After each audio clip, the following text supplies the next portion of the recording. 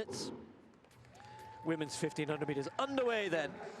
All eyes will be on the diminutive Scot, but as I said, plenty of others who will be thinking, yeah, in these conditions today, I wonder if we can give Laura something to think about. And how will she run the race? Well, she's slotted in, waiting for the pacemaker to get there, and Wallace is on the outside wearing the yellow.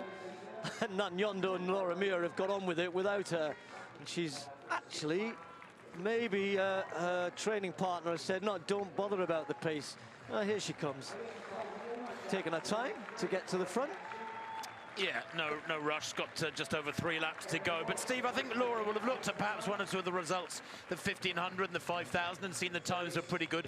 And actually, as the rain's got heavier over this second hour of this meeting, so the wind has eased off a little bit, I think. Just looking at the trees around the back straight, there isn't a great deal of movement. So I suspect that actually the wind down the home straight and in their faces and up the back straight as they go into it now behind them isn't particularly strong. So the opportunity is there to run pretty quick, I think. We'll ask them after the race, of course, but it's moving along at a reasonable clip. 65, they're a little slower than she wanted. Yeah, and Eilish McColgan will never want it too slow. Eilish is be going at the 10,000, the 5,000, got options there, but has already run 4.3 at 1500 metres. A bit of speed work for Eilish here, and she prefers it a harder pace. And I suspect that when Erin Wallace steps aside, Eilish won't be too shy about taking this on. Laura Muir's realising that, slotted in behind her. Nanyondo just behind. Katie Snowden just moving up with Guerrero on the inside. Adele Tracy just trying to find a little bit of room further back as well. So Wallace coming around with 2 laps to go. As Tim said, a little slowish, but where the conditions slowing everything down tonight. 65, and a bit of a gap now. Eilish McColgan's just letting Wallace move away. It's the 2 Scots effectively leading the race in second and third.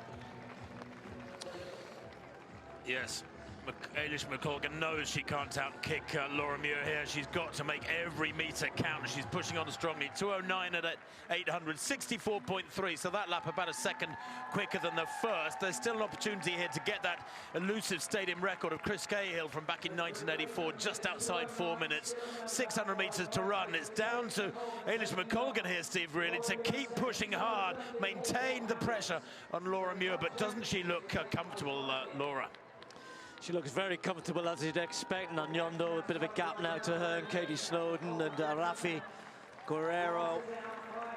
But it's McColgan and Muir looking as though she's just waiting, really wants to just put on a show on the last lap as Rafi gets a little bit closer.